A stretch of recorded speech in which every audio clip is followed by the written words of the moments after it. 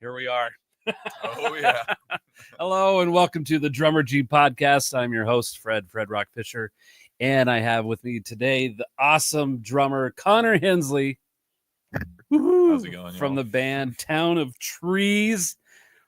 Thanks for being here so ridiculously early in the morning. Thanks for having me. Yeah, it's a fun little drive from Napa. Are you a morning person at all? 50-50. My wife, it depends on the day. She'll say some days yes, some days no. So yeah, I forced myself into becoming a morning person. That's fair. I mean, lessons all that too. Well, you know that the typical thing is that musicians just stay up all night long. Yes. Right? And party every day. Oh yeah. The only way. Thanks for that kiss. Yeah. We're going to get into it here in just a second. It's episode 125. That's crazy. It's really crazy. That's so awesome. That's a commitment. Yeah. But I love it. It's fun.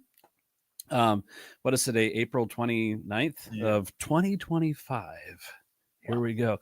Lots going on with music and I talked to my dad yesterday because he watches all of these. He's like, "You've been doing less of the goofy holiday stuff," and he goes, "You should keep that part of your show." Oh, best part. Okay, so it's not today's holiday is International Dance Day. Really, I did How not know appropriate. That. Got some great dance moves or what? Wow, look at that flow that you had there. I know. I just had that. The Egyptian thing or whatever that is. Okay, so I have a few notes, but I think one thing that I talk about frequently is networking and getting to know people and just making those connections. I love having friends. Love having friends. And we met. When did we meet? Has it been a little over a year ago? Yeah, it's about a year and a half. Yeah. I'd thrown out in a post in the Boise Musicians looking to record some drums and ended up meeting you through there. And man, one of the best comments that I'd seen, and that's resulted in an awesome friendship, I'd say. And, you've been here a handful of times recording drums. Yeah, I think 4 singles now. Yeah. I think it's a really cool thing. So I would encourage anybody in their local markets or whatever, not to dismiss like your own community of musicians where, you just never know where those paths are going to, but you, like you said, you posted that, hey, I'm looking for a place to record drums and like, what do you guys recommend? And so I think I reached out to you, maybe sent you a private message or whatever, just said, hey, this is what I have. I'm here to help if you need me or whatever. And it's been fun having you here and Tori. Yeah. She sits your wife does the same thing mine does. And she's like, that wasn't I'm not sure that's the same song. Yeah, exactly. You're like, that's not how you practice it. Yeah. You're like, well, especially when 2 drummers get talking. And it's like, no, let's change it. I think those are warmed up. The drummer will be here anytime. Yeah, exactly. So that's been really fun having you guys here. And then I think you also, through that experience, recommended me for the guys in Fear the Fall with Face the Fall. Yeah. Is it Face the Fall? Yeah, what did I say? Fall. Fear the Fall? Yeah. Sorry, guys. Yeah. And so they've been here. So when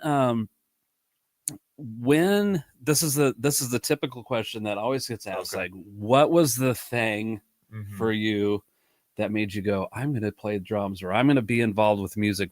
Did you see something, hear something that you went, that? I would say like back when I was super young, I've always been heavily involved in music, like growing up playing drums for church was my first experience playing live drums. Right.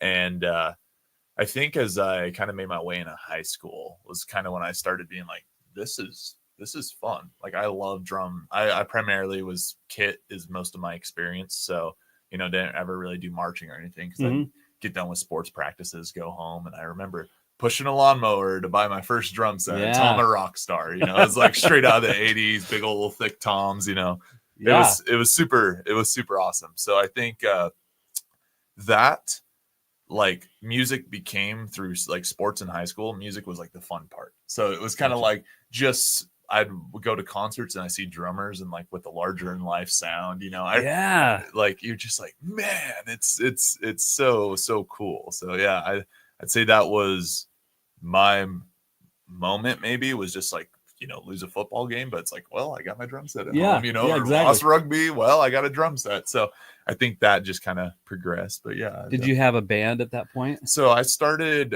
Town of Trees 8 years ago, August 2017. So yeah, almost 8 years. And so through high school, no, I pretty much just played with like the school bands and stuff. Okay. And I just was self-practicing. So I kind of always knew I wanted to be in a band and start a project and start a band, but I just had to start putting in my hours of learning how to play, the 10,000 hours. It's a trip for sure. So when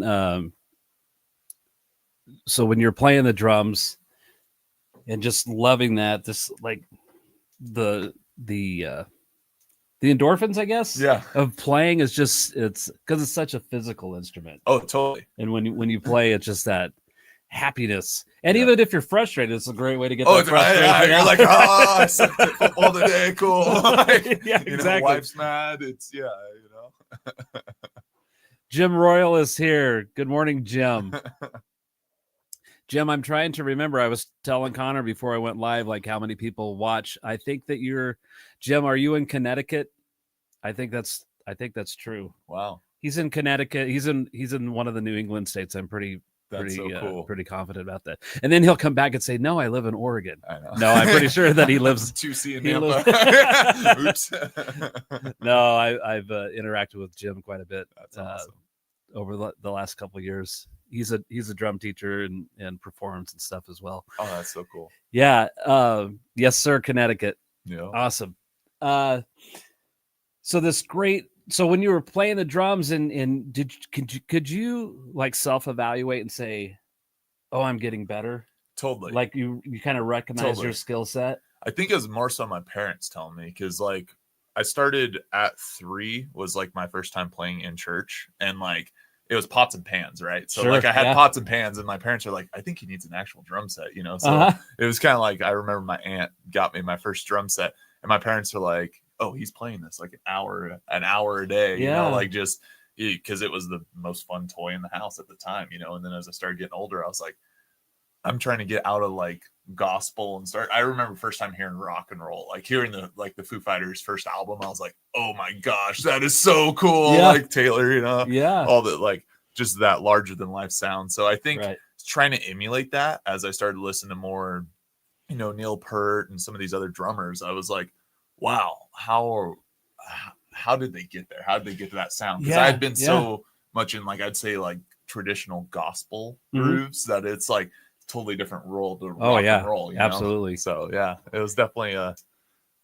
I could feel myself getting better, but then it's kind of funny because I think coming up on social media was such a different time, because I remember when Facebook was first coming out, and then like you're seeing all these other drummers that their levels up here. So I definitely think that's the thing a modern musician deals with, is you're seeing the best cuts of all these thousands of other drummers that are drinking coffee while doing 700 beats per minute. And is that like, LS? If I'm even saying his name right.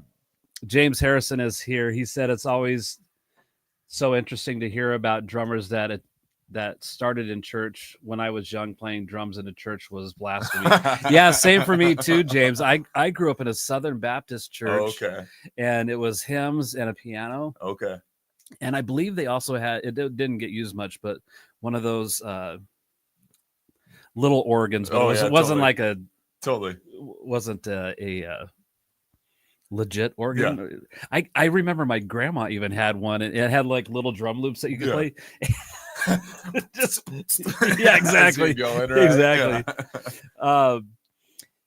So James is 100%, a lot of, it's not like modern worship is now. That's almost like a concert. Bigger. Oh, it is. It's crazy. Like I'm not a regular attender now, but when I had first turned 18, I was kind of played for some bigger churches around, and it's like yeah, you're playing to 3,000, 4,000 people on a Sunday, and it's fog, and you're in a drum cage. And I was like, what is this? You're on click tracks. Right. That was actually my first exposure to click tracks. Okay. Was through church, and I was like, it makes sense. You get 8 musicians together that haven't practiced at all. Right. You can kind of at least guide them to the future flows. But learned a lot through it, Yeah. Yeah. So I didn't we didn't have drums in church growing up, and the guy that played piano for us was blind, actually, and he was just a really great pianist and could sing, and he would be playing with one hand, and he would have like the Braille hymn. I don't. Yeah, I think he used his right hand, and he's doing the Braille, and he's playing the piano, and he's singing, and just like blew my mind. That's incredible. Yeah. So no, I get that. Yeah, what James is saying is totally. Let's see. Chris McCall is here. He said, James, so true. It's interesting how that has changed over the years, thankfully, because church drumming is my main gig. Yeah. That's awesome. Yeah. And James is in Virginia. Really? Virginia's awesome. And Chris is here. Yeah, Virginia was where they have the school music for the Army. So that's where we Okay, is that where you went after high school? Yeah, so, well, first I joined the Army as a firefighter, but then I auditioned for the Army Rock Band, and that's where they send you for the school music. It's over in Virginia. In Virginia? Yeah. So, how long were you there? 10-week school. 10 weeks? Yeah. What did you learn in 10 weeks? For me, I was everything, right? Like I was in these rooms with people that were far, far better musicians than I had ever hoped to be at that point, right? Because they're all doctorates in music performance, and like I was one, so we had a class of like 200 guys. There was like me and a couple others that didn't have at least a bachelor's in music performance, so they're like high level, high tier guys, and like I'm like, I play drums in like a garage band, like, hey guys, here I am, so it was incredible. I'd never played timpani, I'd never messed around on marimba, I'd never done anything like that. I honestly didn't really read music. They didn't know that, but like I learned to read music in 10 weeks while I was there. So it was charts and everything, Well, so it sounds like you were driven to swim with all the other fishes. Oh, totally. Put yourself in rooms you're uncomfortable, and it's crazy what you'll learn. So how long did you stay in the Army? So I had 6 years total with that. So I did 3 years as a firefighter, 3 years in the Army Rock Band.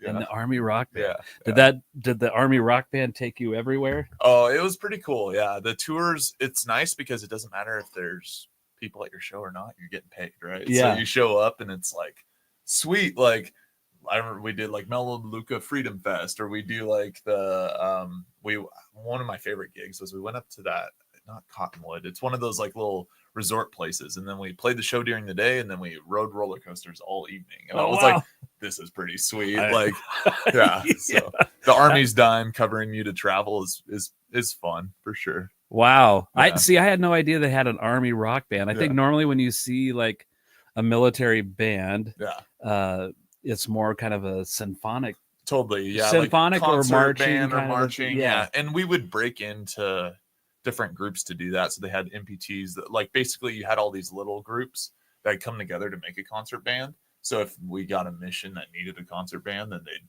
put us all together. And it was a fun time. But we traveled 1 year, toured as a funk band. That was my favorite because we had the horn line and all that, and you're just sitting them up, like it was pretty fun. Yeah. That does sound fun. Yeah.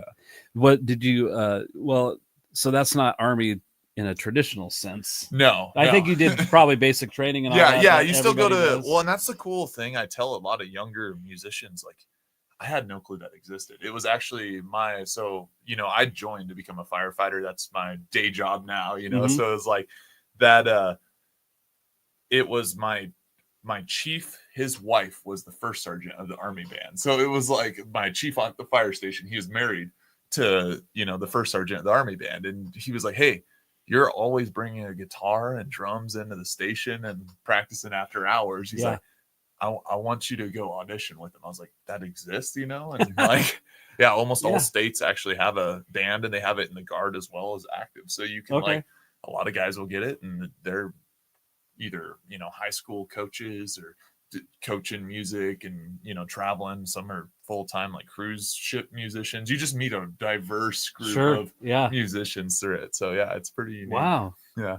Well, that's so I'm guessing that was a really great experience for you. Oh, totally. It was, honestly, I would say, like, in my last 8 years of like doing Town of Trees, that was the biggest kickstart to what I see in the future for the band. Like, because just playing around that level, that tier, and all the people that put in their 10,000 hours, all those people, all the like people that mastered their craft, or at least are in that realm. It's like, holy crap, like that's what I want to be like, you know? So yeah, I definitely say that.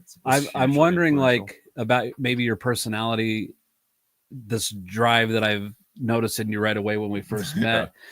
Have you always been that way, or did that like develop from like a military way of thinking? Well, because you got into firefighting before the Army band. Right? So I've known, you know, quite a few firefighters in my life. And they seem to have this thing about them that they're doing it, they're going. And so I'm just wondering, like, how influential was like that military mindset too? Because there's a certain discipline with that, and there's a timeline to things. And it's typically military people aren't lazy. No, they get things done. Right? Definitely. I'd say it definitely was influential. I'd say sports more so was where that started, of like, hey, every day you practice. Like, you show up. If you don't feel like it, you're hitting weights every morning at 5 a.m. and then you're going and you're doing 2-a-days of football. You know, you're rugby, basketball, baseball, all the sports. And I love that. And it was just kind of like, I realized within that, if I put in the work every day, it might be 10 years down the road, but I'm going to see the results of that. So then that just started carrying the life in a sense. It's like, well, I'm going to start, you know, at a smaller department, try to figure out where I can get my foot in the door, meet people, network, like we talked about earlier, and see where those opportunities will come. Because I like really do think, like, my true belief is if you put time and effort and energy and consistency in anything you do, it's just a matter of time of when it will come back to you, you know? Yeah.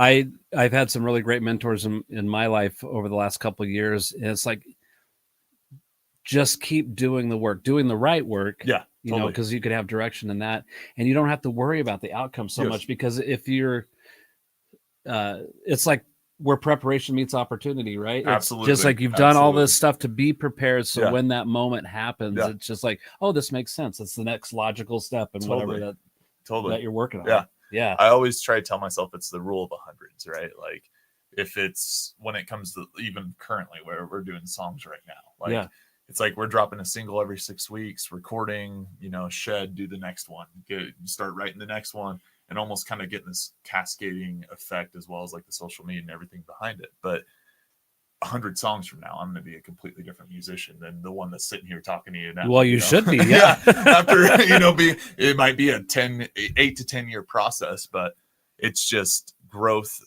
It pushes you, right? Like, I look back at what I first was writing. Like, I remember when I was first writing songs, I would go to Savers and I'd pick up these pictures, just random pictures, and I'd hang them on a wall, be like, I'm going to write a song about that picture. So that's literally how I started, like, songwriting, sitting there with the guitar, looking at it, trying to come up with just for me, I'm a very visual person. So it's like, how can I tell a story within this song, you know, or this picture, and paint a world through that.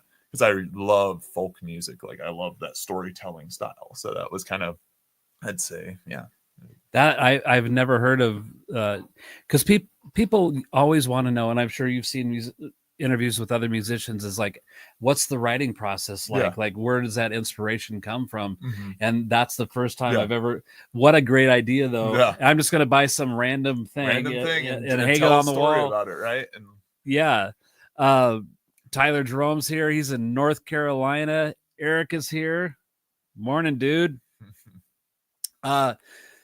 So you've mentioned a couple times already of playing guitar. So where did playing guitar enter the picture with drumming? So when I had first started, drums was my primary instrument, and then when I listened to the Foos and some of those other bands, I was like, their guitarists are awesome. Like, I don't know, it was just like, this is cool. But for me, it was, I wanted to learn how to write songs. So I was like, I need a primary instrument that I could just picked up piano by just, chords and stuff. And I was like, but guitar sounds cooler than piano. So I was like, yeah. I could play piano, not super well. My wife's a way better piano player than I am. So it's nice because then we can write together. I'll come up with something on guitar. But yeah, I think guitar was just, I wanted to be able to record something and then play drums. It's like a guilty pleasure, right? It's like, nice. Okay, I can play guitar. So now I can actually do the fun thing and play drums. So I have no ability in any of that. Okay, so for your band, I'm sure that everybody contributes to the writing process to some degree, but are you the principal songwriter? Yeah. So the way our typical process works, and for those of you that don't know our band, so my wife and I are in a band together. So yeah, we met over in college and we've been playing together since, going on 6 years now with her in the band. So nice. Yeah, but basically, and when we're writing, I'll usually just get an idea, and like it'll be guitar based typically, or piano. So I'm like just sitting at the house and I try to write like 15 minutes a day, like just sit there with chords, strum until something makes sense. Yeah. And then it just depends on, the life that I'd experienced the week prior. Then I'll write a song about that. And then usually the wife's like the audit, like we were talking about earlier, it's like, hey babe, she walks in from pitching lessons, and she's like, what is it? And I'm like, hey, how's this one sound? Show it to her. And she's like, yeah, let's change this chord. And she's almost perfect pitch. So she can hear what she wants the melody to be, or like the way within there. So then she'll be like, hey, try this chord.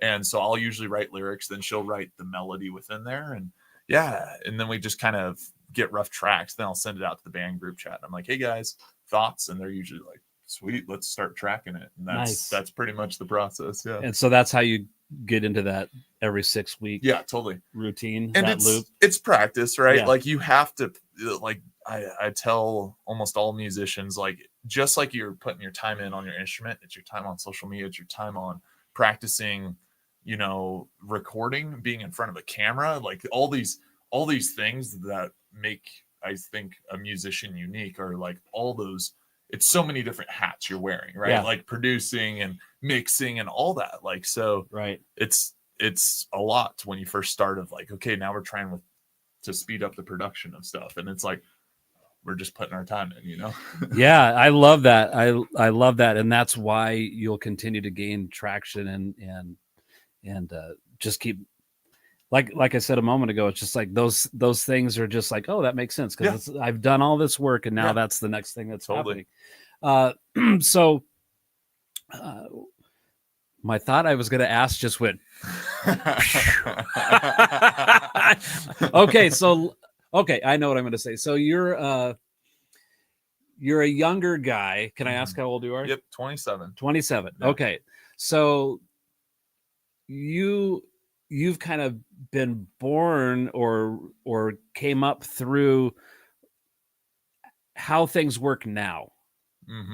Yes, like social media has been a thing. Totally. So what, like when I was 27, I mean, cell phones weren't a thing, right? Yeah, that's my father-in-law too. He's like, I mean, he's a rocker over in Seattle, and he's like, we recorded the track, so like it was tape, right? Like you roll the tape and you rewind it, and you're doing that. Yeah, he's like, it's a totally different game. Well, there were no home studios, at least to my knowledge. No. There was. I did a show just a few weeks ago about like marketing. Are you stuck in the past? Like, totally. Like for me to be relevant to what's happening, you need to stay current with how things work, right? How the recording process goes, how marketing works, how social media works, all of those things. And I just watched Town of Trees.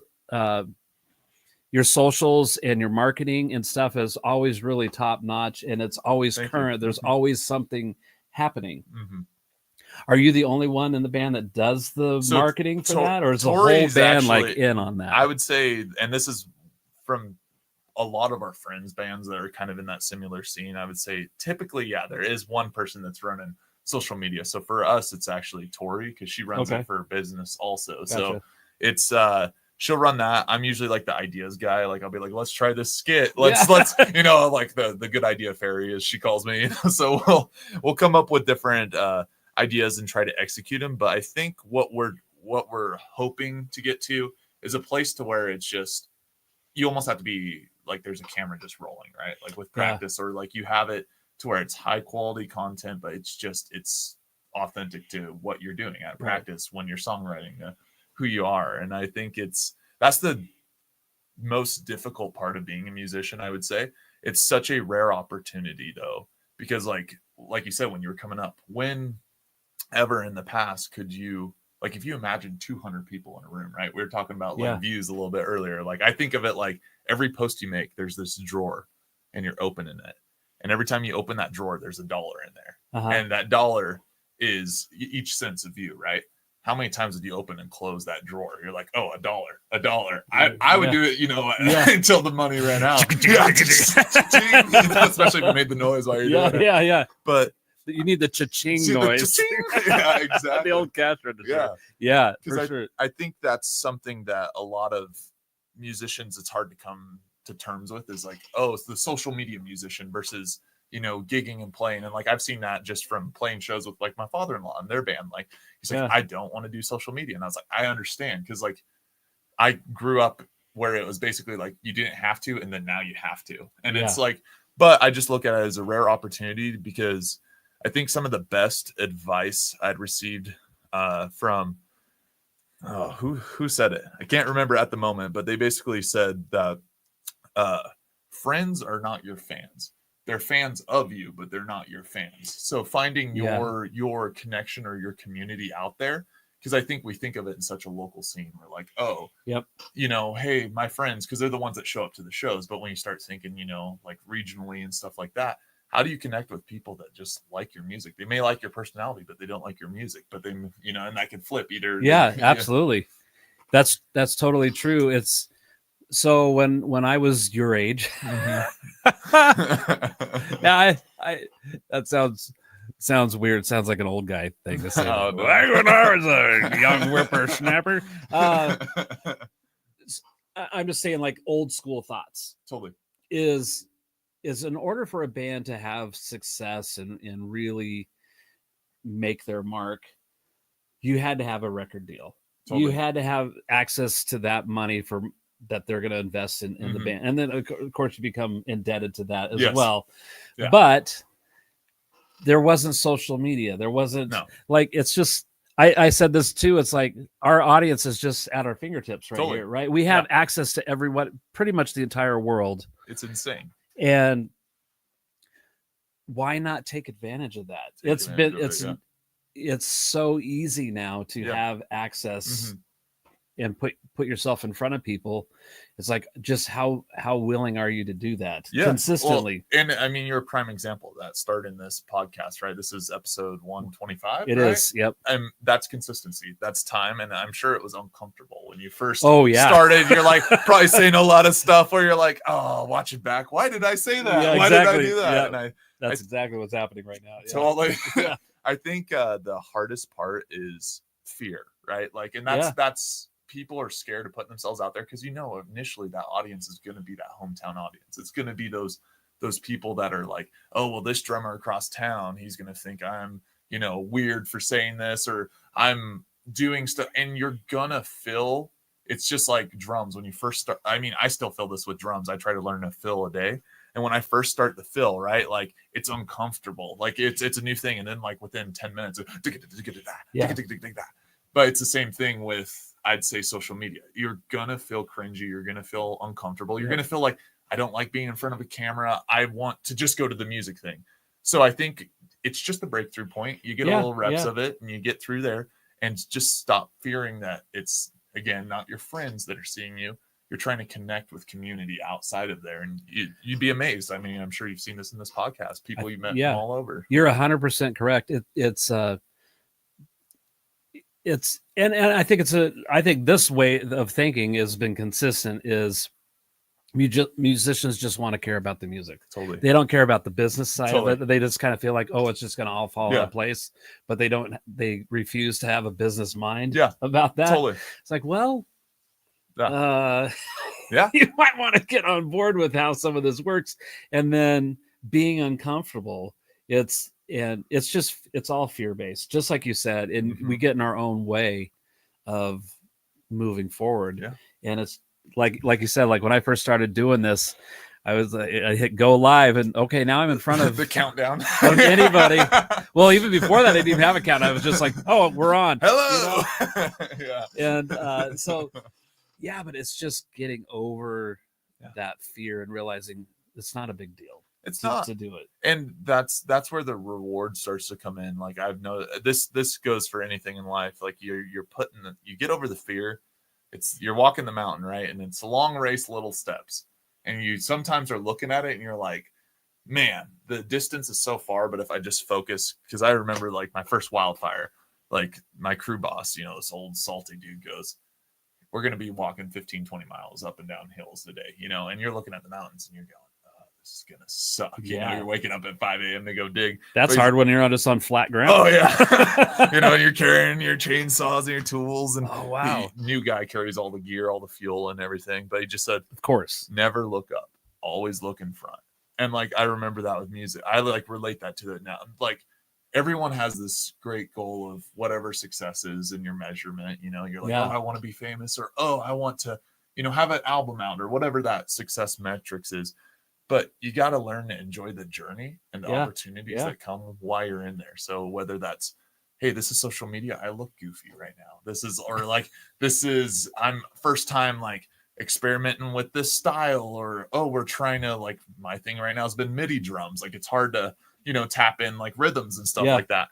Uncomfortable, but enjoy it, because I know, 2 years from now, I'm going to look back and I'm going to be like, wow, that was a turning point, Well, it's consistent growth and it's measurable too. Once you get a few things behind you, you're like, oh, look at all this stuff I accomplished. And I think that's just really great. Somebody once told me it's like the more you get out of your comfort zone, the larger your comfort zone becomes. It's true. And you just keep expanding, right? Like, because you're starting and it's right here, and like you almost dance in there, and then it's like the unfamiliar zone, and then it's like the way I'm like I don't want to touch that. Right. But this middle one starts to turn, Yeah. And like all of a sudden you start to push the borders of the other one, and it just keeps growing. And I think that's where you find growth as a musician. And you are right. You have to run it like a business in a sense, because at least for me, the way I view it is I'd rather be in control of the music and the ability to like produce it and put it out when we want to, versus almost the record deal label where it's like you're now indebted, and now you got to throw out 3 or 4 albums over X amount of period of years, and you owe all millions this money. of dollars. Exactly. Versus just, hey, we record it, we do it. And I think setting your life up, because like that's the reality of an independent musician that a lot of people don't talk about, is it is expensive. It's a lot of opportunity cost initially. Like you're pouring money into it, like you're mixing, like for us to, I'd say a song mixed mastered on Spotify, the way we run it right now, all said and done, is probably about $600 to $650 a song from, and that's using Fiverr, that's coming tracking drums here. We record guitar, vocals, everything at our house. So it's like pretty much we're just live tracking drums and then playing for production and mixing and mastering. But that's expensive. And if you're planning to make a living off that initially without finding other avenues to do that, you're going to be at the mercy of not being able to do it. You know? Well, I had Steve Fulton here last week, and if I remember correctly, he's always been a musician. Yeah. He owned a coffee shop with his brother for a while, but it's like you can't, especially now, you can't just rely on, I'm just going to play live shows and I'm going to pay my mortgage. No, it's you have to have multiple streams of revenue for that. And the more that's coming from music, and that's the world I live in right now, is that my stomach's going more coffee. But it's kind of going back to that thought of, well, I just want to play music and I don't want to worry about anything else. That there's no plan in that. No. But if you have a plan and you work that plan, and then you just get more comfortable doing those kind of things. Yeah. I really like your drawer analogy. Like every time I open that, there's a dollar there. And it's just that investing that time that doesn't have that immediate payoff, but you're growing a fan base or growing recognition or whatever it is through all of that. And I think it's your social media marketing for the band is really on point. Thank you. And we're still experimenting. That's Tori and I were just talking yesterday. We're like, hey, we've already chopped up. We do an idea that's called batch content. So we'll plan one day of a shoot. So like the way that works for us is like right now we're actually shooting the next song next weekend. It's going to be midnight in a parking garage, but we'll roll cameras for about 2 hours. Actually, the same buddy that shoots for us for Boise Fire. Again, network. Talk to anyone you ever know. Yeah. You never know what opportunities come from that. So like I was on a structured fire and I noticed his social page is 10 Media 76, and he's always filming all the firefighters while we're, on structure fires. And I was like, this guy loves his job of photography and videography. And I was like, hey man, have you ever shot bands? He's like, never. I was like, would you want to come shoot us at the Knitting Factory? And then it just started blossoming this relationship. Sure. Where now he shoots all of our music videos, and we'll just record for 2 hours. And then you have to think of it in long form versus short form content. So there's, but the cool part is you find, and this is why I tell a lot of people, find one thing that's like one social media outlet that's good for you. If that's Facebook, if that's Instagram, TikTok, it doesn't matter. Just dive into that one. Yeah. And the rest can be like recycled content. Sure. Yeah. Just be good at that one and we'll slice it all up. And then that way it's not every day I'm having to get up here and post a video. It's like in one day you can make 30, 40 videos. But it took a lot of practice to get to that. And we're still practicing right now. Yeah. No, but I mean, it's that whole thing. Like we did this thing and as it kind of morphs, right? It evolves. Mm-hmm. Like when you look at your old stuff, you're like, oh dude, I can't watch it. I can't. We'll do that. We call it the self audit. We're always like, if you're ever filling in the dumps about like, oh, this video didn't perform well or this didn't do well or whatever, just scroll back like 2 or 3 years, look back at your first post, and you'll be like, I'm completely content and happy where I'm at right today. Now in the present. Blue Flashes a series says, "Good morning, Mr. Coffee, as well as special guests." I think, hey, Flashes, I swore I was going to remember where you live. You're going to play the guessing game? I know. He lives in, he's in the New England states. Oh, that's cool. I think, I don't know, I can't remember if it was last week or the week before, but he popped on and I said, I think you live in Denver. And it was way off. And then the producer weighed in. She's like, dude, get it together. I'm going to New Hampshire. See the producers here. There you go. Fred, New Hampshire. Sorry, Blue Flashes. Yeah, I think he said London, New Hampshire. I think that's where, yeah. And I swore last week I wouldn't forget. Well, yeah. Start having a list. London, New Hampshire. Yep. That's awesome. Yeah. Oh my gosh. Yeah, the social media thing. I just think we have so many tools at the ready. Mm-hmm. And it's just, when I talk to older musicians, they're scared of that technology. They're like, Absolutely. Well, I don't know how. Well, why don't you learn? It's uncomfortable though. Yeah, it's fear. Yeah. Like what we talked about earlier. Like you don't. I've dealt with that with my father-in-law, and he's now adapted and started to learn social media. But it was probably about 3 years of nudge. Like you are a fantastic musician, but view it. And like I think if you start to think of it as every time you make a post now, you're standing in that room playing a live show, you'd be stoked to play a sold out room to 200 people. Yeah. So why not? Like, why wouldn't I throw especially as I'd say original art, why would I not want to stand in front of a 200 person crowd every single day? And then that 200, the cool part with social media is now it's almost like used to be flyering, right? Now all of a sudden there's 300 people and now there's 4. And next thing you know, now you're in an arena. Yeah, exactly. It's insane. Yeah. It's just, you just got to be willing to get in there. The producer says, Connor, would you market a cover band the same way you do your original band? That is a good question. That is a really good question. Actually, from the other side of this, so father-in-law does originals, mother-in-law did a tribute band. So it was wow. Okay. Yeah, so it's kind of fun to see how that works. I would say the first thing about tribute bands or cover bands, whatever if you pick an era, genre, whatever that is for your project, I would say you want to, obviously you chose that particular, let's say it's 80s or 90s, I don't know, you chose that for a reason because it's probably authentic to who you guys are as a band. You guys all got together as musicians and you all feel like this is authentically us, this is the music we love, or this is the artist we love. Yeah. So with promoting that, you almost kind of want to promote to, I would say, like, market to people just like you. Think like, because ideally the people like you are going to be the ones that show up to that concert, you know? Yeah.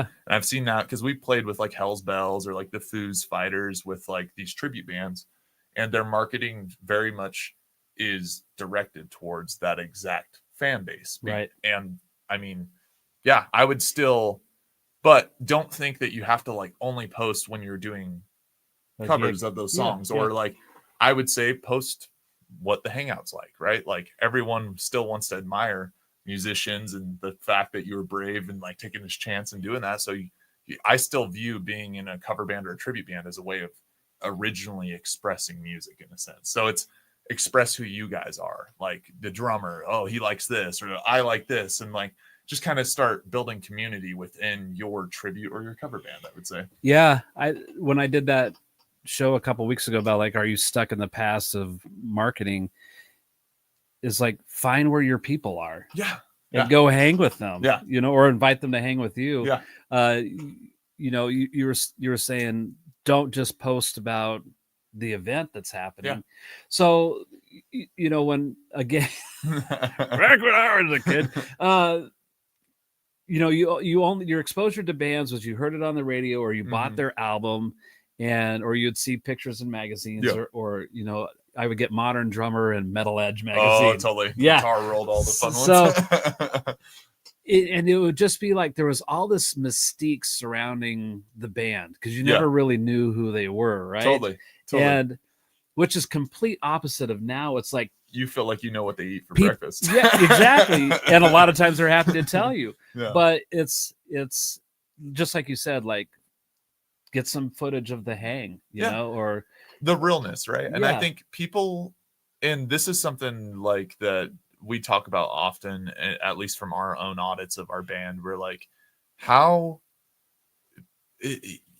you see so much on social media, everything's perfect. It's the perfect take. It's right. Because it's almost, I would argue it's almost become too perfect now. Like social media now is like all these bands, like we're watching them and they'll be able to cut, hey, this is this, they almost appear, I'd say, like famous or like professionally recorded, you know, with a view count of under 100 people, you know, and it's like you're looking at them and they're almost taking marketing that like bigger bands are doing and cutting it down because it's what they see. And I like, it's cool that they're doing that, but I'd say with our band, we always want it to feel like it's authentic and real to who we are, right? And guess what, being a musician is not always fun. It doesn't, like there are days, like I love music to death, I love playing every instrument, but there are days where you're like, I sucked today, you know, or like this was not my day for like tracking or recording or practice or whatever it is. And I think letting people know that and see that transparency behind that wall, or hey, this like Tori, she'll go vocally, this was my, you know, 47th take on this one little riff. The rest of the song's done, but it's this one little riff. But showing people that, they're like, oh, it's just like, you know, it connects to them and their real job, right? Like, because they're like, they're working, you know, like let's say just a 9 to 5 or something. And they're looking at it, they're like, it sucks for me too. Like, just getting rid of that, I'd say with us, that layer of that mysterious, like famous band aura. Like, I don't know. Well, it allows people to feel like they know you, to a certain degree, and I think then when they meet you face to face, they're like, oh, we're just finally meeting. We're meeting, and you. They're not going. Say, I want to feel like when people are at shows, like no matter what the size or the level is, I want to feel like they're friends and not fans. Yeah, I want to be able to shake their hands, hang out with them, you know, talk with them, find out what they're, and that's experience life with them, because you never know who you're going to meet that knows so and so, and that, or like they went through something, and like who knows, that may be the inspiration for your next song. You just don't know, you know, like it's. So this thought just popped in my head. It is like you're putting content out there, and it's letting people into your life a little bit. How do you respond back to people? I think that's a really important. I would say I try to part of that equation. I try to respond to everyone. and I'd say like recently something I've been learning or dealing with has been more so like we'll post like a YouTube music video, right? And you get like hate comments where people are like, oh, this sucks, or oh, it's this. And I'd say like anyone that's wanting to engage, I view it like a friendship. Like I'm going to talk with you, we're going to hang out. But I also view it as I don't give people in my life time that are, you know, negative. Right. You know? Yeah, so, exactly. It's like, again, and maybe that's just their own insecurities and they're going through something or they're working through something and that's why they're being a negative person. But I would say like, so yeah, I try to respond to anyone and everyone that's positive. That's just, or even if they're just, I love honest feedback too. Sure. So I have like a text thread with probably like 30 people that's like I send out a mix and I'm like, what do you guys, and I mean, I've done that a couple times with you and Mary also. What's this sound like? What are you hearing? Be critical, like, because again, being uncomfortable, you're going to get growth through that in that mix, in that whatever it is. Definitely. Let's talk about your live show. Mm-hmm. So where have you played this? How's your live schedule been so far this year, and what do you have going still to look forward to? Yeah, so we just played Tree Fort. That was a lot of fun. Before that, it was the Judah and the Lion show. I'd say right now our live shows, we're probably honestly playing like 6 to 8 times annually right now, live. But that's also strategic, like for us, because we're like, we want to record and we want to get basically, instead of it being an album out now, it's 12 singles or 15 singles. So because again, you're wanting to re-engage those people every month. We try to catch as much live music as possible and see what we like and what we can emulate. Gotcha. But there is that, as you start to play, Knitting Factory and some of these bigger venues, you want to, or like that B-level scene, you want to make sure that you're not overplaying in a sense. Like, right. Oh yeah, I get that. Let's say you sell 300 tickets. Well, those same 300 people aren't going to come then the next week, right? Like, or I'd hope that they would, but like realistically, we're not to that state yet where, so we'll go do like, we're trying to do, I'd say, more West Coast touring, like Seattle and stuff. We'll play like Belltown Yacht up there, 100, 200 people. But yeah, we're just trying to expand our reach a little more. Is that the farthest that the band has traveled so far? Seattle? Yeah, we did Seattle. We did Utah. We're trying to do Cali. I've been talking with a couple bands up there. So we're down there, I guess. Yeah. But yeah, we're still pretty, I'd say, like, we're just now getting into that regional scene. And there's a lot of strategy with that, but also so you have a plan. Yeah. What's your live show like? So you mentioned growing up playing in church and everybody's on a click. Yeah. For the bigger churches. Yeah, we started using a click. So our first probably, and I'd say this is valuable for when you start, like, don't use a click off the back. Everyone will tell you need one. Like, learn how to play live, learn how to like interact, have that ebb and flow of the song. Mm-hmm. But I'd say probably our first 200-ish to 300-ish shows, because we were not on a click or anything. So it was just like small little clubs, play. And we were just taking every gig every weekend we could. Friday, Saturday, Sunday, we'd be playing, whether it was birthday parties, weddings, or anything. So getting live time, right? Getting that practice under your belt, because I think that that's super important.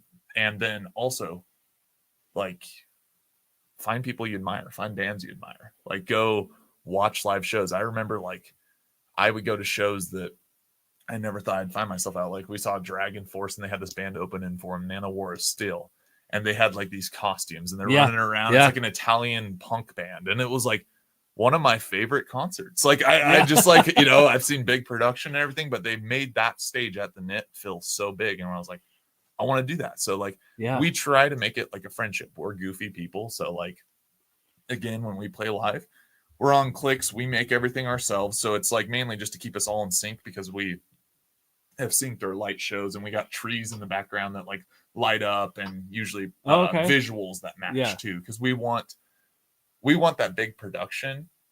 Cause again, I view it as when we play live, that's for the audience. That's our time to connect with them.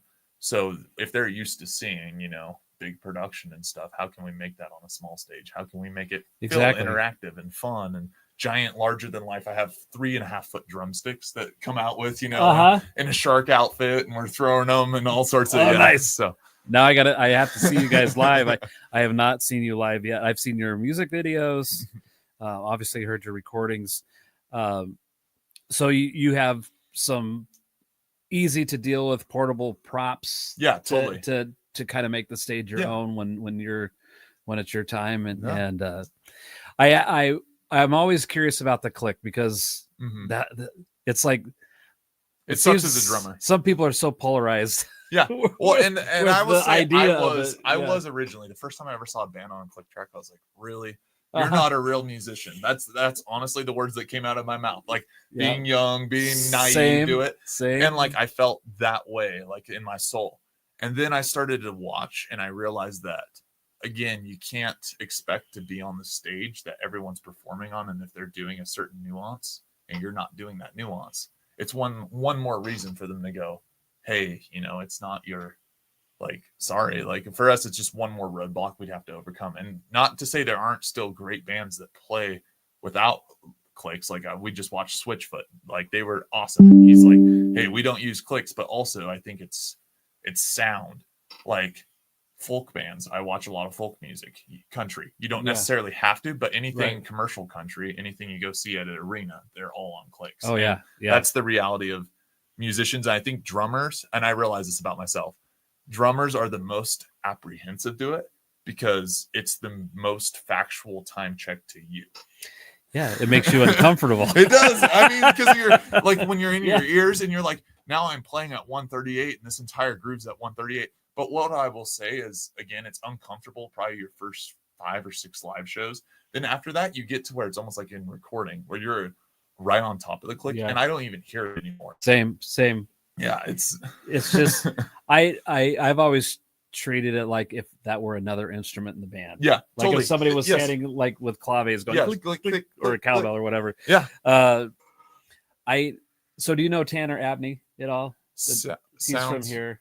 Okay, sounds familiar. I had him on the show probably 2 months ago, and he tours. Okay. Like the one band he's touring with, there's a lot of secrecy because they have costumes and whatever. But okay. I asked him like how he was getting hired and those kind of things. It's the whole networking thing again, right? Just so important.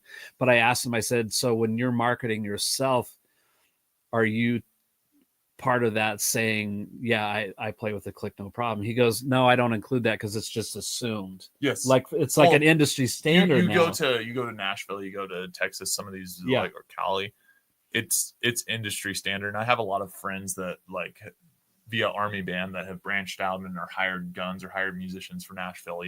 One of them is playing bass with like a 38 special right now, but he's like, you'll have 400 musicians show up for a single audition, right? Like to go on this tour or leg of a tour or whatever it is.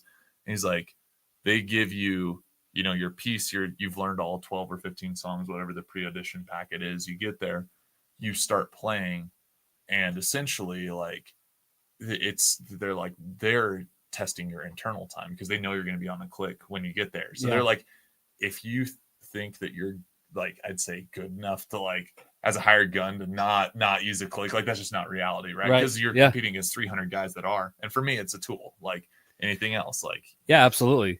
It's just that's how things operate now. Yeah, and getting at times with it, and it's not.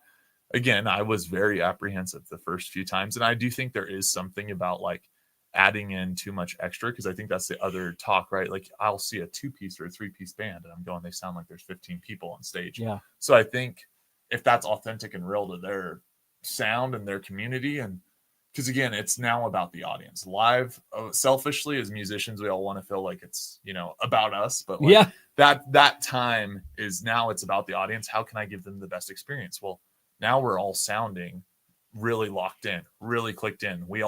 Cool part is if you ever get off, you can just click. I control it from the drums. So I'll always, Are you the only one that has it, or does everybody have it? So all of us have it. Okay. And we do cues too. So it'll be like verse 2, 3, 4, like, and it basically everything it will say it. But mainly that's with like when you get into light syncing and a lot of these other things, you've coded your entire set to be exactly in this period of time. Yep.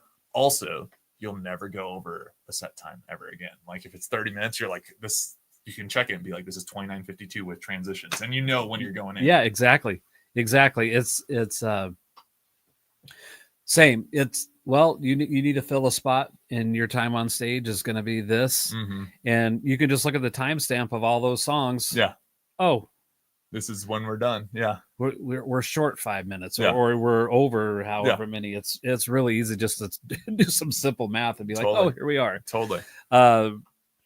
I outside of church, no, that's not true. There's been a couple other times.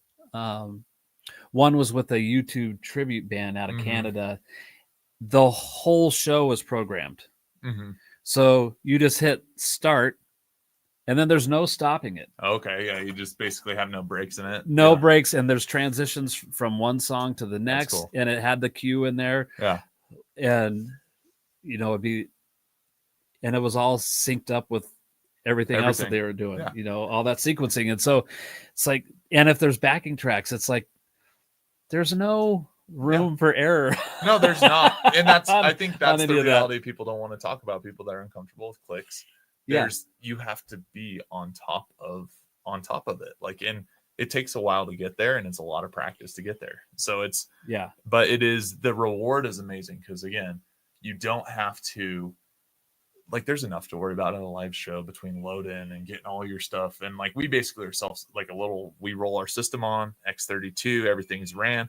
We carry our own drum mics, so we can basically tear and set up in like 15 minutes. And the biggest improvement for us was in-ears, because again, our click tracks going through there, but we never have to use a back of house guy. So like, our mix is the same for band practices as it is for playing the Knitting Factory or playing at Treeforce. So it's already preset and dialed in. Yeah, single Cat 5, they plug it in, and their guy goes, oh, your tracks are already balanced. Give me a big chorus. You give them, tracks are good, and then we just do it, and then you're ready to go. So your efficiency as a band, because we know eventually 5-6 years down the line, we'll be playing in those bigger festivals, and there's again zero room for error. Right. And your load-in time's 10-15 minutes, you know, and it's like, you got to be ready for that. There's no, I need more guitar, I need more of this. Like, you have to put everything in your control that you can.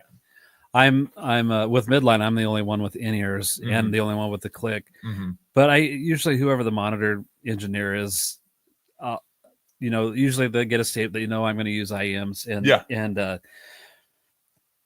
they don't have to give me a wedge or anything. Yeah. And then I just log on to their Wi-Fi there and just dial up my mix, and they could be doing everything else, and I don't have to go try to get their attention or anything like that. It's nice. Well, because then you're one less thing to worry about. Yeah. For me now, I don't have and I get exactly what I want. You get exactly what you want. Yeah. You don't have to worry about time, because now you have a click in your ear. You're not stressed about that. Your show's all synced, because now everyone's in lock with you. So it's like, now I just get to smile, have fun, and do what I've been practicing to do. You know, like all the other things that could get off are all controlled now. So it's exactly. I don't know. So the you got the sequencing with your show and your props and all of that, and your marketing is really great. So then let's nerd out for a second. What kind of drums, cymbals, heads, sticks are you using? Fun. So the Vic Firth 5A classics, I love. And I've actually started using their X5A. They're like 1 inch longer, I want to say, or 1.5 inches. And that was just from when I worked at Guitar Center. I played with every single stick they had there, and those were the ones that felt best in my hand. That's where you landed. I love custom Ks. I do like Soul Tone, but their branding, I would say, or their artist deals aren't quite what they used to be. I'm well aware. Yeah. So I would say like they're like what, but so I'd say I like custom Ks. I also like Meinls. Their dark classics are great cymbals. I have a decent collection of those. As far as drum sets, I have 3 now, but my main gigging one is a DW acrylic, and I've wired lights into the rim basically. So then again, it can be synced up with hits, which is pretty, and it's guilty pleasure. I love lights. So when you hit a drum and it's like green, purple, it's awesome. I love that. Yeah, it's a good time. I'd say in my living room, I have a Roland TDX 17, just for that's the easiest way to record quick ideas. Sure. To have it at volume. So then I'm like, cool. And then once I get something I like, then I go to the band room, and I have another DW kit in there. But all Facebook Marketplace, great deals. Yeah. Traded guitars, and I'm always selling stuff and flipping stuff, and I look at Facebook Marketplace multiple times a day. I'm on it like 15. I'm addicted. Like I've got addicted to TikTok. I'm on Facebook Marketplace. What deals can I get today? I've got my list of interests, and I just go through that list. Totally. And it's like, what can I look at that I really don't need? But then I end up spending money on. Well, and then when you add drums and guitars. Yeah, your gear acquisition syndrome is full. It's brutal. The new release, Way Out. When that was, it was like, I don't know, when did that come out? Like a little over a week ago. Somewhere in there. Yeah. Okay. And how's that doing? Honestly, it's performed the best out of any of our singles. Okay. It's gotten on a couple playlists with like 40,000 saves, which is pretty cool. So like for us, that's huge. It's like, I think it just hit 16 or 17,000 streams in less than a month. For us, that's like huge. Yeah, that's our good. biggest song up until then was like 20,000, I want to say, with like Wonder Why. So, and it's cool because Tree Fort and all that brought a lot of traction to our last 3 singles have all just been climbing to that 20,000 mark. So it's cool, Nice. Yeah. That's awesome. Yeah. So when it comes to getting shows and things like that, do you find, you're having to market yourself to a talent buyer or to a venue or whatever? Do they ever ask you, well, what's your Spotify listener list like? Yeah, that's kind of part of I'd say your EPK, electronic press kit. Yeah. So like in there, especially if you're going out of state, they kind of want to see what your market's like in that state. But it also just pick the size of the venue accordingly, right? Like, I know for us, we can round up 100 people in Seattle if we need to. Getting into some of those 350 person venues, unless I'm really strategic in the other bands I'm booking. And I would say that's the other thing. We do it all of ourselves, all the booking and stuff when we're playing out of state, in state, anything. Try to make it as easy as possible for that talent buyer or for that person. If you say, hey, I've already confirmed with 2 bands, they're, in most bands you can find to be like, yeah, I'll hop on a show. I can bring 25 people. You kind of have a rough estimate of like, you got 2 bands, now you got 50 people, and now they go, oh, cool. You've set up the show. You found the talent for us. You found bands that are already kind of in your genre. And a lot of that, again, so Instagram, Facebook, whatever it is, social media searching, they will go and theme it, like if you're like, oh, this is a New Year's release party, or this is a single release, or we're doing pajama day, or just something, because then they're like, oh, we got an event now. Exactly. So then they just kind of having back an event. off. Yeah. And then they just like, cool, you did all of our work for us. And then then they'll be a little more friendly on negotiations, I would say, too, of payout and stuff like that. Yeah, I have several drum students that are working musicians around town, and we've had these same discussions. Yeah. And it's like, well, you're playing a show, cool. What other reason is there to come see it other than that? Is like an event, right? Totally. Make it, because again, think of the same way we're talking about it. If you think of your fans as friends, like now all of a sudden, do friends just randomly stop by and say, hey, I'm going to hang out with you all the time, or, oh, you're doing this? Or is it usually like, hey, I'm throwing a party or a kickback, or I'm having dinner, or I'm doing something. Yeah. Oh, cool. There's an event now. We're going to come to you. Like, so make yourself, make an event, and then again, I'd say there is a burnout to always inviting people to shows. So don't play as often. Do it initially. Like now, granted, if you're just happy, like playing, do it. But like, don't burn out that group. Like, I can say that's something I honestly learned was like when we were doing like 300 shows trying to a year, right? Like you burn out everyone that's in your circle because hey, come check me out. Versus now it's like, cool, if we do like, there's shows that we're like, we're not going to promote. And then there's ones that like, if it's like a venue, like Knitting Factory or something like that, that's like, okay, we're messaging every single person, email list. Keep your emails, phone numbers, whatever you can. Because now it's like, cool, we want to prove to this venue that we're... Yeah, you want 800 people in there. Yeah, exactly. You want to fill the room. So, so all of that is tied into your marketing. It's just so important from every having a plan is so Yes. important. So we started off by talking about, the Boise Musicians Facebook page, and you put that out there, and that's all developed into the relationship we have now with you. Now you have a thing on your own that you and Tori have organized, and I think it's really important to talk about that. Tot Talks. Yeah. That's hard to. That's like she sells seashells down by the seashore. Like it's can you say it 5 times fast? Tot, right. Talk. Yeah, I can say it one time. Yeah. Mediocre. Totally. Same. That's why I have to type it. Yeah, exactly. Yeah. So this is I want you to tell everybody out there about this and what the thought process behind it and what you see, how that develops going forward in the future. So I've realized that, like, in a sense, most things that, like, this is sports with running a business, fire, all of it, right? There's things I always wish that someone would have told my younger self. There's always things that I wish, like you want those mentors, right? And like, I know in like the fire service, right? You get that old salty dog that's 2 years from retirement. Like, I'm just a year in that room. Teach me everything you know. And I've realized that there's a lot of that lacking in the space for musicians, right? Like, it's sad that, to me, that you can show up to a gig and that's the first time you're ever meeting a band that potentially was a local band, like some of them are traveling, but still, because again, that should not be our first handshake there. So that's kind of where this idea came from, was how do we bring the music community together?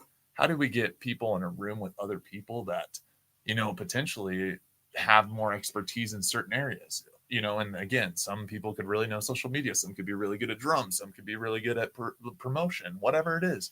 And I think also giving younger artists too the ability to understand, like if you're pitching a venue, here's the do's and don'ts, or like how you, at least some sort of flow, because like you can make, as we know, the musician community is really, really small. So you can make, your younger self could say something, and the next thing you know, that bites you in the butt, 5-6 years later. So I think just kind of, out of a sense of community. And the whole theme was like, let's get together for a barbecue. Cause like we got the space at our place, we have the sports facility and the band room. And we're like, we want to get the musicians together, buy some burgers and cook burgers for people and let them talk and hang out, and then get some, I'd say, like respected / really people that have been in the scene for a long time, to be able to kind of talk to people more of like a panel style, and then just to hang out and see where it goes, and our goal is every year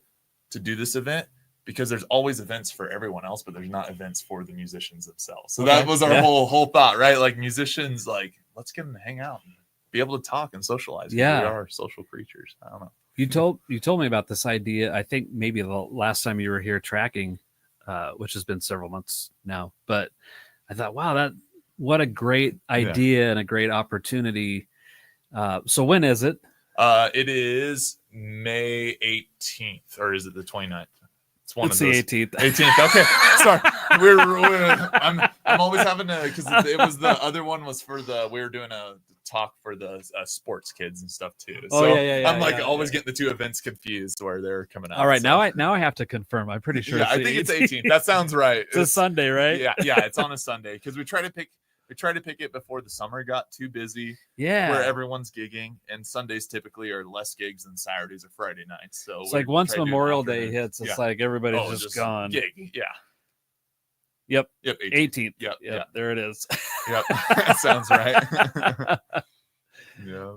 That's well, how many do you have? A lot of people confirmed? I'd say so far we have like 15 to 20ish, like in the confirmation, and like anything, it'll grow. I know it's a first year event, so it's kind of like the goal would be that eventually, like, any band that's not playing that day comes out and just hangs out, right? Like, but we'll see where it goes to. So anybody that's watching right now or might be on the replay prior to May 18th, if they want information on Tot Talks, and I said it twice. You got it right. Yeah. Wow, I got to really be intentional with the T's. where do they go to find information on this? Yeah, so there's an event page on Facebook. They can go check us out on Town of Trees on any of the socials, whether it's the website, Facebook, Instagram, TikTok. We post it all on there. Yeah. And on there, there's our email and phone number, so you can just reach out to us if you need more information. But there's flyers for it and everything posted. So you've got Steve Fulton. Yeah, he's going to be speaking there to talk. Eric Gilbert will be talking, and Eric does Fred. I'm going to talk. I'm going to talk at Tot Talks. Wow, that's I know they're talking Tot Talks. There I better go buy a lottery ticket. It's your lucky day. and Eric does booking for Tree Fort and what's the Shriner one? Is that Duck Club? Yeah. Is that what it's called? The same location as Duck Club? Yeah, so he does. Yeah, because Duck Club does the Shrine, the Neurolux, the Olympic, and okay.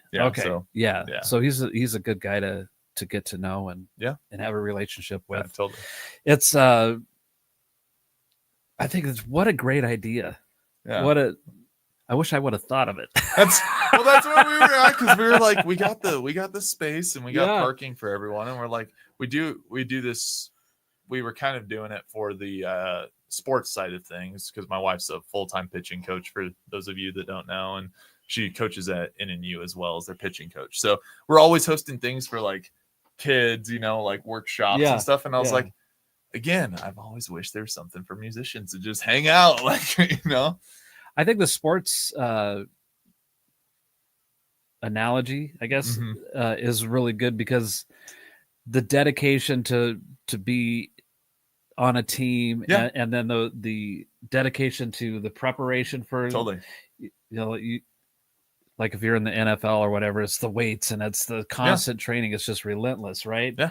All for that. It's all for the and again, it's like I like to use this Steph Curry, like, they tracked it over his like last 10 or 12 years. Don't quote me for sure, but I want to say it's 10 or 12 years in the NBA in college. He shot over like 5.7 million shots, like 3-pointers in practice, all to make because he's the highest shooting 3-point shooter out there, I think, still currently, to make like 2,200 in a game, like over his NBA career, which is insane. But it's like, that's the amount of that high level.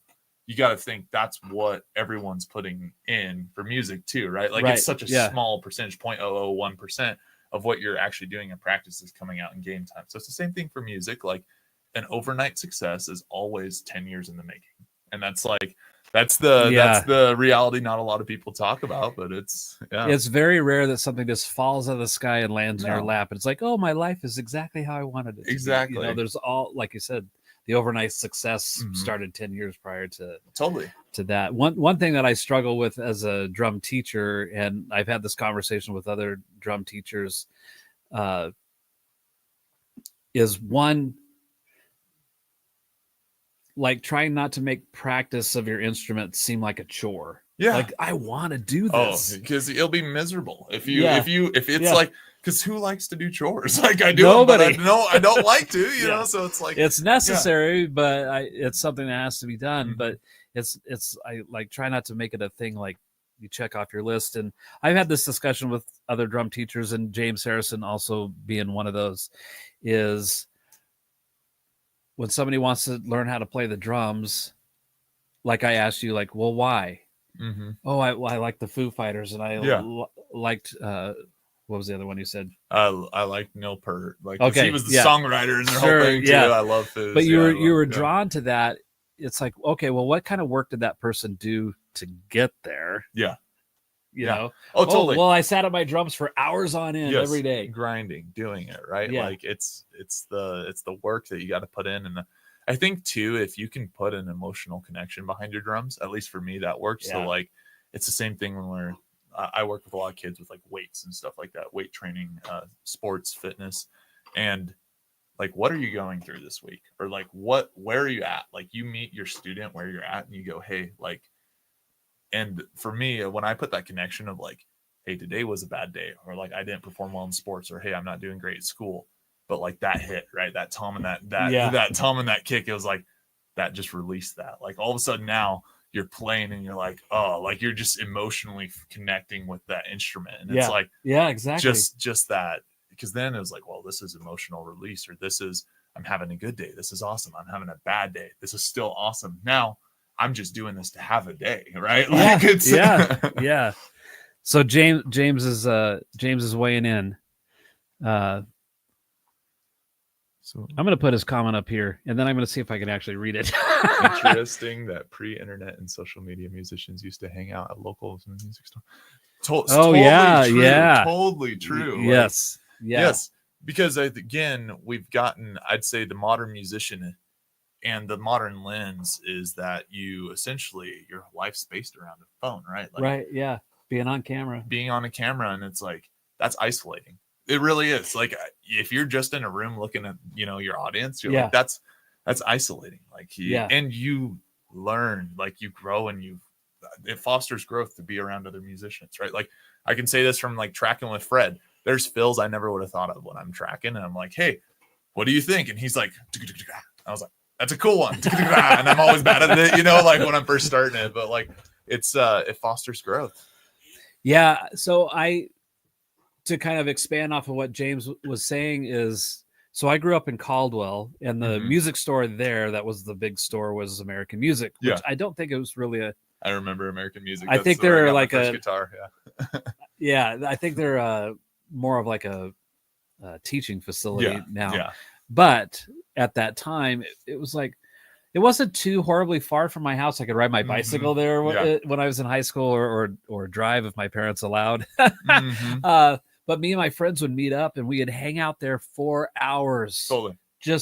We'd seen everything, right? Yeah. But this would be like everything. A really regular thing. Yeah. And, at some point, somebody that had stuff going on would walk through the door, another local musician, typically somebody older, that maybe you heard on the radio or whatever, and you get to meet them. And it's so cool. And, but so in Boise, there was the Musicians Pro Shop, and it used to be down on Jefferson, I think. Okay. Jefferson and like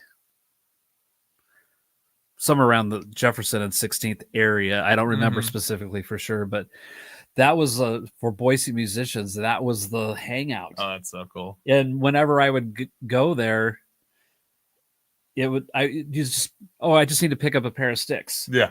5 hours later. And every person's going, he's been on that drum set. No, not. I mean, just hanging out, talking to people. Oh, that's awesome. For that long. It was, Mary says, now they call that loitering. So true. From working at Guitar Center, so true. Oh, yeah. Okay, so I'm assuming you worked in the drum department at Guitar Center. And I'd help out with guitars too. It was, I guess I could say this now. I did it for the discount. Like I get off fire shift working, at the fire station, and then I go work because I was like, I want to buy gear, but gear's expensive. So right. Yeah, but I would say that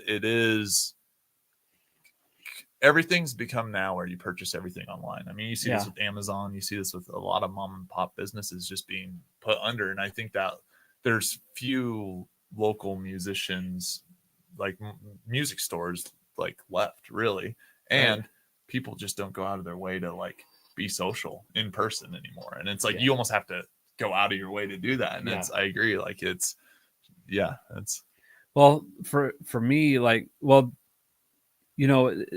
from a financial perspective, you could get the same gear less. Yeah, you can. On the other side, you can't touch it and hold it and look at it necessarily. No. Can you ship it back? Yeah, probably. But is it a pain in the butt when you get a drum set? And you're like, I'm gonna repack it. I know from unpacking and repacking drums, it sucks. Yeah, taking them all off, getting them. But I think it's also true too. Like manufacturing, for most anything that you buy, the quality of what you're getting isn't necessarily a huge concern anymore. Now I know that there's some people that they want to play the cymbal before they buy it. Yeah. I already know in my mind like a 16-inch cymbal and a 17 and 18 and 19 all have like a certain characteristic. Yeah. And I'm playing hard rock music most of the time. Yeah. And as long as the cymbal sounds in this general vicinity of what I want, I'm one cool jazz ride that you can only use for yes, exactly. your only cymbal. It has to weigh this many grams. Yeah, exactly. I have never been.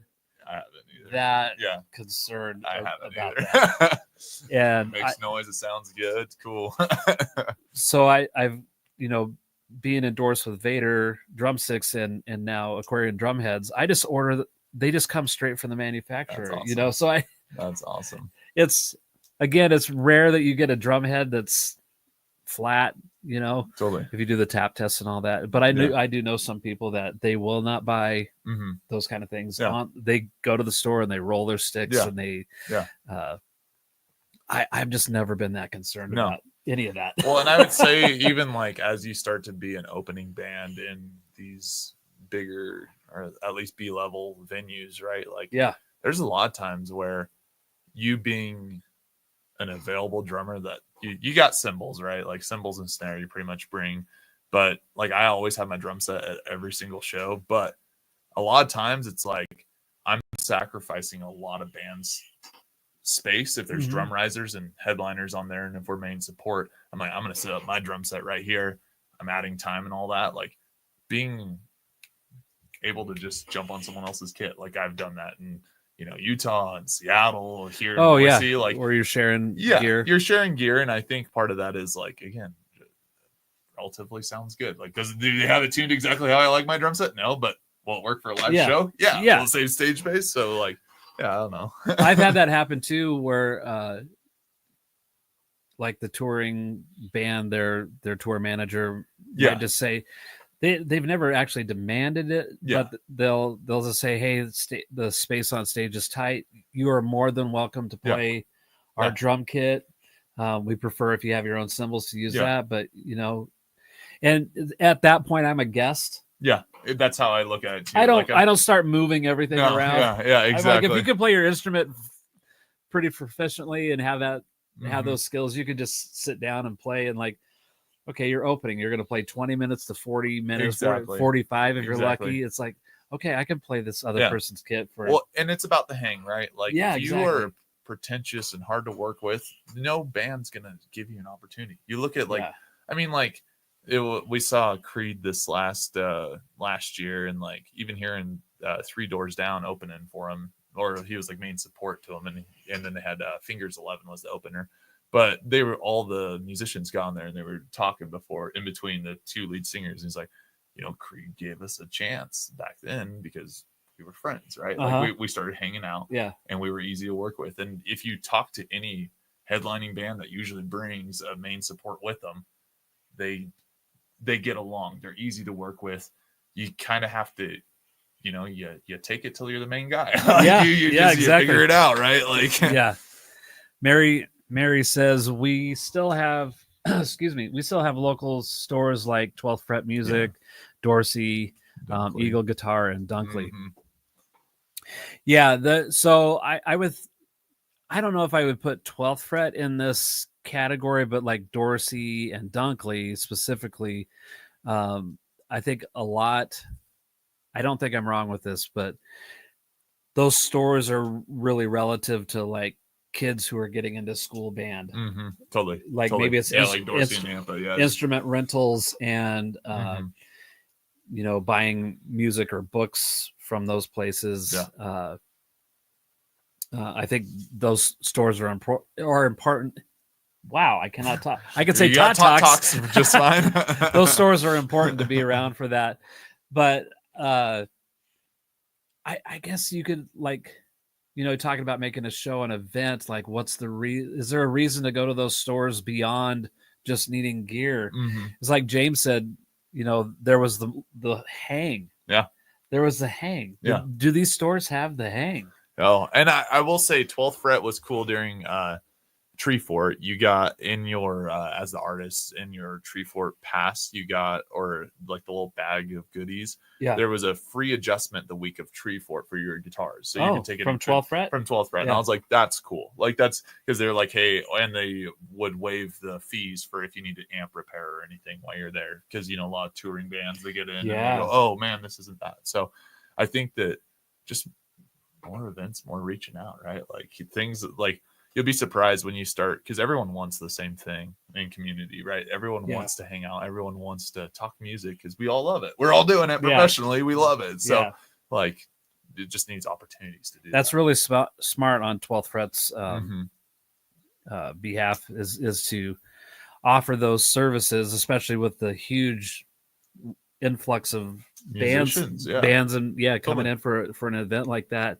And I'm sure that there were bands that had to take advantage of Totally. somebody to fix something or adjust whatever. I'm not a guitar player, so I'm a guitar carrier. I can carry a guitar. Carrying drums, yeah, exactly. Bass drum, exactly. Lug. How to look cool, carry that guitar. Yeah, exactly, exactly. You don't see guys walking around with their bass drum on a plane to put it up in. Right, exactly.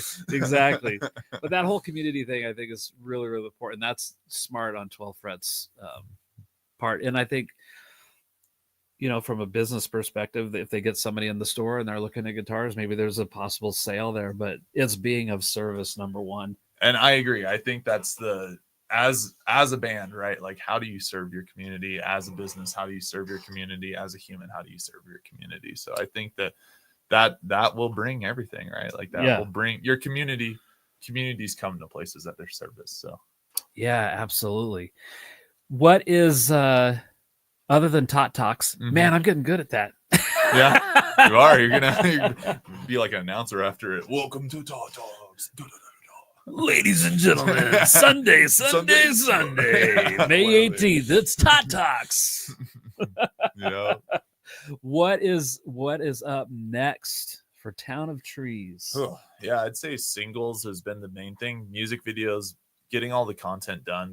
We're basically on an 18-month plan right now, where it's going to be singles every 6 weeks, because we've realized with like at least our biggest issue that we've been having is like, we'll release something, be high fives and handshakes, and it's almost like the rocket ship, right? It needs that refuel halfway to get up there. So it's like we get up there and we're like, cool, we're making progress, we're making momentum, and then we just then we're recording, trying to do it, but then it's just a long period of time. So we're just getting our efficiency down, I would say. So that's it, like get music out. And then as far as live shows, we'll probably do some up in Seattle this fall.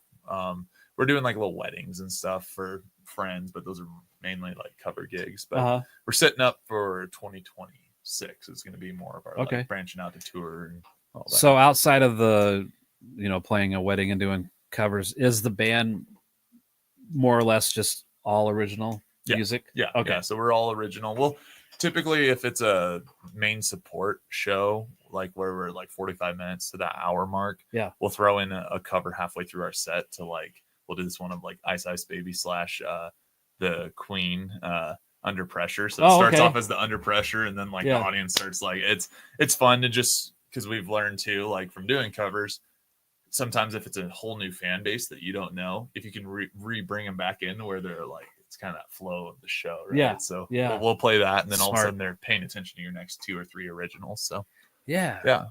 James says, "Gotta run. Nice show today, guys." Thanks, James, for hanging out, man. Connor, thank you for coming. Oh, thank you for having me and hanging out.